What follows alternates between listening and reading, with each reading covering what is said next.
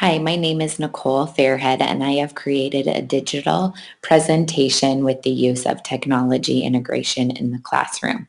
Some of the best practices when accessing technology into the classroom or the district building would be making sure that the infrastructure dictates what is possible and what is not possible for teachers, students, administrators, and parents when they are looking at the equipment that they have to use.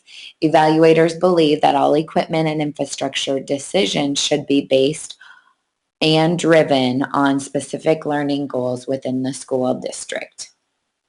Best practices in technology integration are matching an appropriate technology innovation to a skill being taught. When doing this, technology integration has two different types. Type 1 are applications that are used when the teacher wants the student to learn from the technology. An example would be using the website or URL Extra Math and drilling students on their basic multiplication, addition, subtraction, and division skills. Type 2 applications for technology integration are used when the teacher facilitates student exploration of ideas and questions that engage them actively in their own learning. This would be completing a research project or a paper and then presenting it to the class through a podcast, through an iMovie, or through a PowerPoint presentation. Best practices in developing professional development. We know that professional development is incredibly important in all facets of in education, but technology, it is also very important to have professional development. And teachers who believe in and attend professional development classes tend to promote higher levels of thinking throughout the use of technology. Type 1 technology, again, can be achieved with relatively straightforward how-to training through professional development. And type 2 technology brings challenges and exciting opportunities for moving classrooms towards and becoming more learning-centered facilities. Type 2 technology and professional development addresses 5 key areas. It addresses curricular objectives in the student-centered manner. It develops essential questions for inquiry. It assigns develop projects that are fit instructional objectives, whether or not there is any technology involved.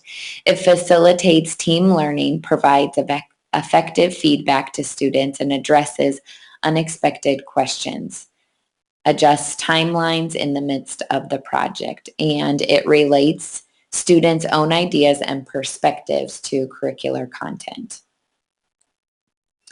There are best practices in technology and literacy standards. Teachers embed technology into students' regular classroom work, and technology must be driven by goals of the curriculum where students can explore, discover, and develop understanding of the content being taught. There are different types of technology integration. Google Docs and Google Forms can be used as a technology integration to survey students, to quiz students, to test students. There are project-based activities where students may read a blog or a website and collaborate with one another and form questions on what they have read.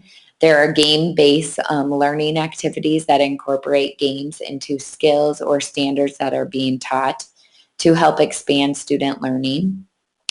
Learning with handheld devices, tablets, cell phones, and MP3 players are now tools that are created to develop forward thinking. Whiteboards and smartboards also engage students in their learning, and podcasts, videos, slideshows create digital and media literacies where students can become the creators of their work.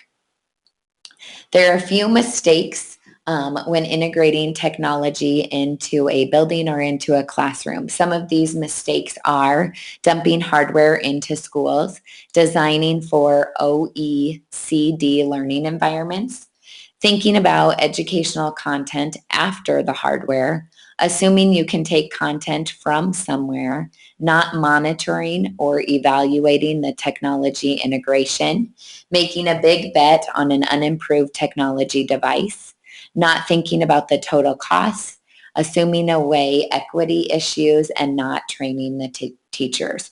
So our goal is to stay away from these mistakes in technology integration and focus on how we can implement technology into the classroom or into a school building.